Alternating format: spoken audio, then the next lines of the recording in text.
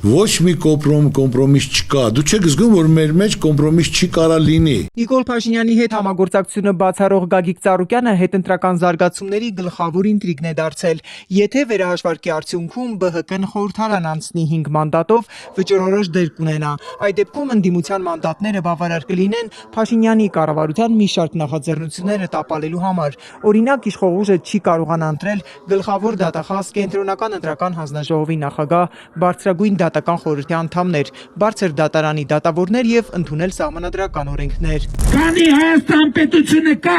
Գագիկ Ծառուկյանից տները սկսել ենք արդեն վերադարձնել ժողովրդին։ Եվ առաջիկայում ես ասում եմ, որ Արարատ ցեմենտ գործարանը նույնպես որպես Գուլոյան Ծառուկյան կլանի կողմից ապօրինի յուրացված գույք կվերադարձվի Հայաստանի Հանրապետությանը։ Վարչապետ Փաշինյանն այս քարոզարշավի ընթացքում հրապարակային սպառնում էր Գագիկ Ծառուկյանին ունեզրկել, կալանավորել, նրա հետախուզվող որդուն Բելարուսից բերել բանտարկել։ 2 տարի հետախուզվող Նվեր Ծառուկյանը մեղադրվում է խուլիգանության ու կողոպուտի համար։ Նա Բելարուսում է։ Բռնելու ենք, բերենք նստացնենք, լակոտ չես պախնելու ոչ միտեղ։ Չես պախնելու, հերդ էլ քեզ չի փրկելու։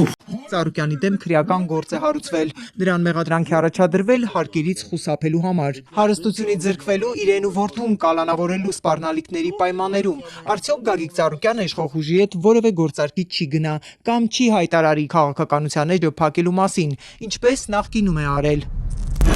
Ես այսօր այստեղ եմ, ձեր հետ, ձեր կողքին կանգնած եմ, եւ դրա համար ես շատ հպարտ եմ, որ այսօր այստեղ եմ, ձեր կողքին կանգնած։ Սերժ Սարգսյանի կառավարության հետ 2008-ին կոալիցիա կազմած Ծառուկյանը 2012-ին լքեց կոալիցիան, չպաշտպանեց Սարգսյանի թեկնածությունը նախագահական ընտրություններում, հետո էլ միացավ Սարգսյանի հրաժարականը պահանջող ուժերին։ Բարգավաճ Հայաստան կուսակցության առաջնորդը 2014-ին Ազատության հրապարակի հարթակից ժողովրդին խոստանում էր պայքարից չնահանջել։ Երբեք ու երբեք չի եղել, ես հանրությանը ժողովրդին հայտարարություն անեմ եւ իմ հայտարարությունից ես հետ կանգնեմ։ Այսօր ինչ որ ձեզ ասում եմ, իմացեք որ դա մինչև վերջ ես կատարելու եմ։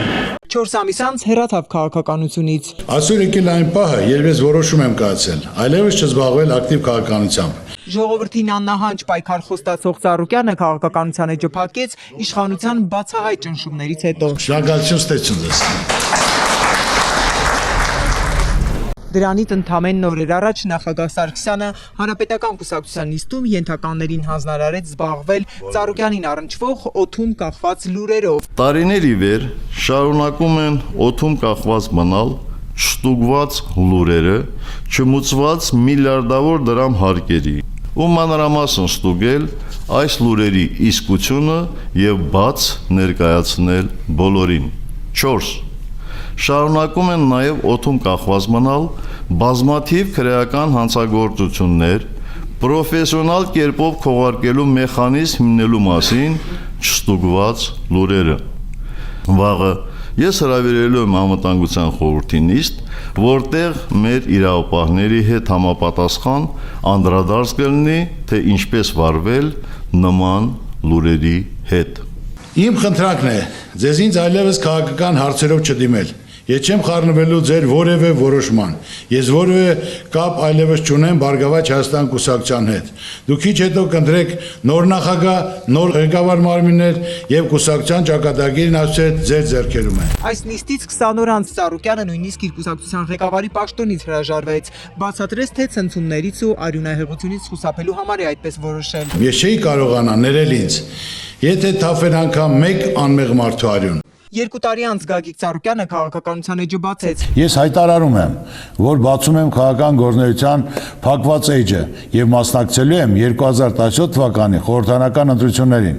ձևավորելով լայն դաշինք։ 2017-ի խորհրդարանական ընտրություններից հետո դարձավ ազգային ժողովի երկրորդ ուժը։ 2018-ին հեղափոխությանը սատարեց։ 2 տարի անց COVID-ի համաճարակի ժամանակ պահանջեց Փաշինյանի կառավարության հրաժարականը։ Բայց այսօր տեսնելով այս ասենք թե ձախողումները լիարժեք արդեն կարող եմ ասել ոչ թե 97-100%-ը պետք է փոխվի, որտեղ բոլոր իրաց աշխատանքով, արդյունքով բոլոր ոլորտները ձախողված են։ Դրանից հետո կրկին հայտնվեց իրավապահների ուշադրության կենտրոնում։ Նրա դեմ քրեական գործ հարուցվեց 2017-ին ընտրակաշառք բաժանելու մեղադրանքով։ Փաշինյանի թիմը խորհրդարանում նրան պատգամավորական անձեռնխելությունից զրկեց։ Այս անգամ Ծառուկյանը նույնիսկ երդվեց, որ չի նահանջի։ Ուզում են ճնշում գործադրեն, շատ տաճ, բախացնեն, բայց ես այսօր ձեզ ասում եմ, որպես Ծառուկյան Գագիկ, անբարոյականի տղա լինեմ, թե հետ կանգնեմ։ Այսօր որ չի կաղավնի, պետք է չանի։ Ծառուկյանի առաջնորդած ուժը 2021-ի Արտահերտ ընտրություններին էլ մասնակցեց, բայց պասիվ քարոզարշավով ԲՀԿ-ն անցողիկ շեմը չհաղթահարեց։ Հիմնադրվելուց 2004-ից հետո առաջին անգամ։ Ծառուկյանը հատկապես ակտիվացավ այս ընտրություններից առաջ։ Քարոզարշավին Փաշինյանին կոշտ քննադատում էր արտաքին քաղաքականության ու տնտեսական ձախողումների Արցախը Ադրբեջանին հանձնելու համար։ Բելարուսի նախագահի հետ սերտ հարաբերություններ ունեցող Ծառուկյանը նաև մեղադրում էր Փաշինյանին Ռուսաստանի հետ հարաբերությունները վատթարացնելու համար, որն ըստ նրա կործանում է Հայաստանի տնտեսությունը։ Ես սուր կարամ ասեմ բարձրաձայն, եթե որոշում կայացվեց Ռուսաստանից հրաժարվեցինք, 1 տարվա ընթացքում լինել է ոնց որ Արցախը։ Քվեարկությունից 11 օր առաջ, երբ դեռ հայտնի չէր, որ ԲՀԿ-ն կարող է վճռորոշ դեր ունենալ գալիք խորհրդարանում, Գագիկ Ծառուկյանը ազատությանը վստահեցնում էր, Փաշինյանի իշխանության հետ ոչ մի կոմպրոմիս չի լինի, անգամ եթե ստիպված լինի զրկվել ունեցվածքից։ Ծառուկյանը նման է տվյալ բանի, ինչ որ հանուն ունեցվածքի, որ ես իմ ազգովի խայտարակվեն, որտեղ մտնեն, ասեն դավաճան, իր ունեցվածքի համար սաղ ժողովրդին վարի տվեց, ընդմիշտ դու ոնց որ դառնալու ես ազգի թշնամի։